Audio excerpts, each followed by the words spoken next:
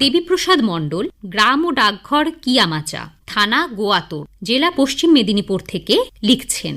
কবি মাসের প্রত্যুষা, শৈশবের সহজ পাঠ আর যৌবনে অগ্নিবীণা, বাঙালির মননে অনুরণনে তোলেনি এমন ধৃষ্টতা বাঙালির নেই। জীবনের সমস্ত অধ্যায় জুড়ে যার একচ্ছত্র অধিকার, তিনি হলেন রবীন্দ্রনাথ।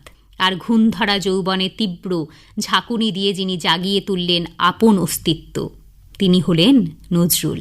একজন যুগোত্তীর্ণ কবি, অন্যজন হুযুগের কবি। যুগোত্তীর্ণ কবি গাইলেন, ভালো মন্দ যাহাই আসুক সত্যের এলাও সহজে।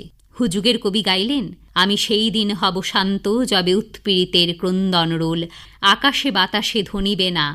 একজন স্বয়ং চিত্তে লিখলেন, নারীকে আপন ভাগ্য জয় করিবার কেহ নাহি দিবে অধিকার। অন্যজন দৃঢ় চিত্তে ঘোষণা করলেন, বিশ্বের যা কিছু মহান সৃষ্টি চিরকল্যাণকর, অর্ধেক তার করিয়াছে নারী, অর্ধেক তার নর। ধর্মের নামে যখন লাঞ্ছনা প্রত্যক্ষ হয়, তখন রবি কবি প্রতিবাদে লিখলেন, ধর্ম কারার প্রাচীরে বজ্রহানু, হে অভাগা দেশে জ্ঞানের আলো আনু।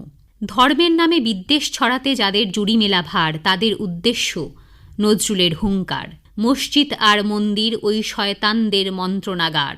কৃপণ কবিতায় ভিক্ষুক দেখলেন রাজবেশের আড়ালে দেবতাকে। এ কেবল কৌতুকের বশে আমায় প্রবঞ্চনা। কুলি মজুর কবিতায় কবি দেখলেন কুলির মধ্যেই দেবতাকে। তোমারে বহিতে যারা পবিত্র অঙ্গে লাগলো ধুলি, তারাই মানুষ তারাই দেবতা, গাহি তাহাদেরই গান। সম্প্রীতির কথা বলতে গিয়ে বিশ্বকবি গাইলেন, এসো হে আর্য এসো অনার্য হিন্দু মুসলমান। বিদ্রোহী কবি বললেন, মোরা একই বৃন্তে দুটি কুসুম হিন্দু মুসলমান।